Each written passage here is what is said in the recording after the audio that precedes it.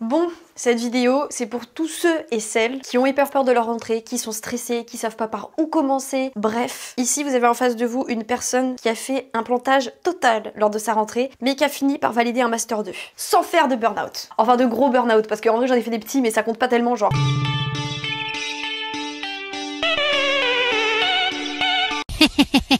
Bonjour à tous et à toutes, et bienvenue dans cette nouvelle vidéo.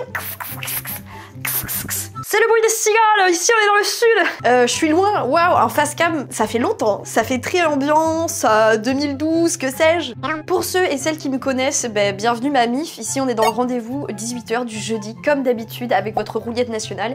Et pour les nouveaux et nouvelles, bienvenue. Cette vidéo, à la base, j'avais pas prévu de la faire. Pourquoi? Parce que tout simplement, ma rentrée je l'ai faite il y a 6 ans, j'ai fini les études, je ne suis plus du tout dans le circuit scolaire à l'heure actuelle. Sauf que, j'ai eu beaucoup de demandes récemment de personnes qui me demandaient de parler des études de la rentrée parce qu'il ou elle était stressé, savait pas comment s'y prendre. Donc me voilà-je héroïne du quotidien? Peut-être.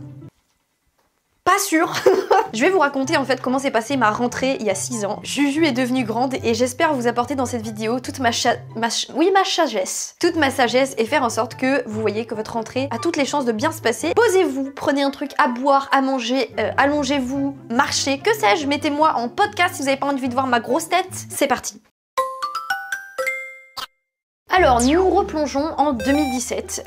Juliette, c'est-à-dire moi-même. Oui, je vais parler de moi à la troisième personne, je ne suis pas sûre, mais Juliette rentre en première année d'études supérieures. Alors déjà, il y a un petit contexte, parce que oui, il y a contexte à tout dans la vie. Pour faire un très bref résumé de mon cursus scolaire et de comment j'ai réussi à trouver ces études qui sans grand suspense vont être le droit, comment j'en suis arrivée là? Parce que je trouve que c'est un background important. Moi, à la base, je suis passionnée depuis petite par le théâtre, par l'écriture, par le cinéma, par la création, voilà, de scénettes, de mise en scène. Donc pas du tout par le droit, pas du tout. Néanmoins, quand je finis mes études en bac ES à l'époque, et oui, l'ancienne, je me dis, ok, là j'ai fini le bac, c'est bon, toute la pression hyper normalisée d'avoir le bac et c'est normal et blablabla, je l'ai, on est d'accord. Sauf que quand je finis mon bac, quelque chose que j'avais suivi en fait de manière...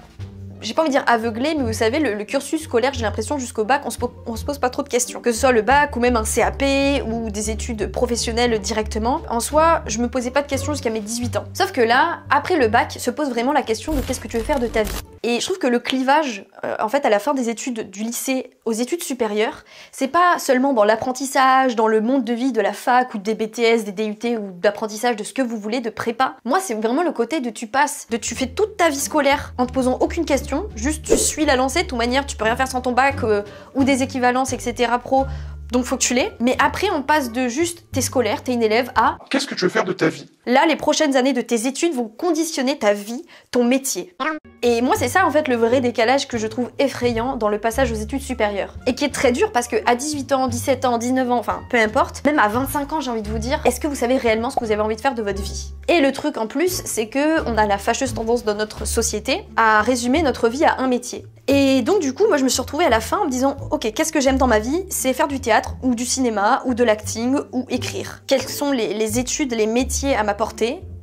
Incertain, voilà, parce que, alors là je sais qu'il y a des gens qui vont dire pas du tout, il existe plein de choses maintenant, des licences de théâtre, des licences de ciné, des écoles, des ci, des ça, mais il n'en reste pas moins que c'est un parcours scolaire ou de vie professionnelle on va dire, qui est assez incertain dans les résultats à la fin. C'est qu'on sait très bien que les artistes, c'est la vie d'amour et d'eau fraîche pendant un certain temps jusqu'à avoir un niveau de vie stable en fait. Ou alors il y en a pour qui la chance sourit très rapidement, mais ça c'est un autre cas de figure. Et pour avoir des amis dans le théâtre, dans le cinéma, c'est vraiment d'amour et d'eau fraîche pendant très longtemps. Et le truc c'est que j'avais l'amour, j'avais la passion, mais je n'avais pas le courage. Et on peut l'entendre parce que ce courage de se dire là, je vais faire des études qui déjà vont être pas reconnues par beaucoup de gens dans la société. Quand tu dis tu fais des études de théâtre, c'est oh t'es un troubadour, t'es une troubadour. Alors là, il y a des gens qui vont dire non mais ouin ouin la meuf. Non, c'est pas ouin ouin. Genre nous, la fac à Bordeaux, lettres, juste lettres, hein, même pas théâtre. On appelle ça des troubadours. Donc littéralement, quand vous êtes spécialisé dans le théâtre, on est dans un autre level. Et j'en ai beaucoup parlé avec mes parents, qui ont toujours été des parents très supportifs,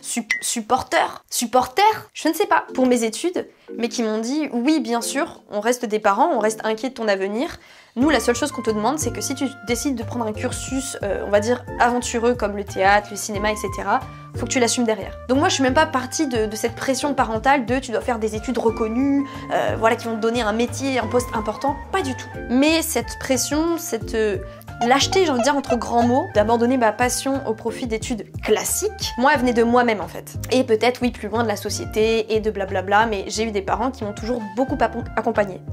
Et de ce fait, je me suis dit, je vais m'acheter ma propre tranquillité. C'est-à-dire que je sais que j'ai les capacités pour faire des études, quelles qu'elles soient. Je vais valider une licence, parce qu'avec une licence, on a quand même des concours dans la fonction publique, des ci et des ça, puis sur le CV, ça fait bien.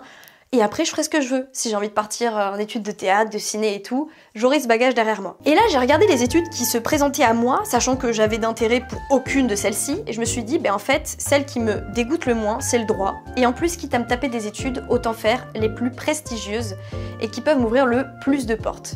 Alors ça, à l'heure actuelle, ça veut tout et rien dire, puisqu'on voit des gens qui ont des bacs +2 en droit, des maîtrises, etc. Et pour autant, ils galèrent. Mais dans ma tête, de 17 ans et demi, à ce moment-là, ça faisait sens. Donc, je m'inscris, la fac, je suis prise, trop bien. Et on arrive au premier jour de rentrée. Et c'est ça qui nous intéresse. Mais tout ce contexte n'est pas inutile, parce qu'en fait, le premier jour de la rentrée, moi, l'avant-veille, j'étais pas tellement stressée parce que j'étais pas dans le truc. Vu que c'était des études que j'avais un peu choisies comme ça, pour lesquelles je ne portais pas d'intérêt même, j'étais pas à l'avant-veille en mode ultra stressée, à me dire comment ça va être les cours, est-ce que je vais aimer, parce que je savais déjà, en fait, j'allais déjà à reculons. Ce qui fait que le jour J, quand j'ai dû trouver la salle à 7h du matin, puisqu'on avait la rentrée à 8h, que je ne m'étais pas renseignée avant, parce que fast life, j'ai galéré. Et je suis arrivée sur le campus et je me suis dit,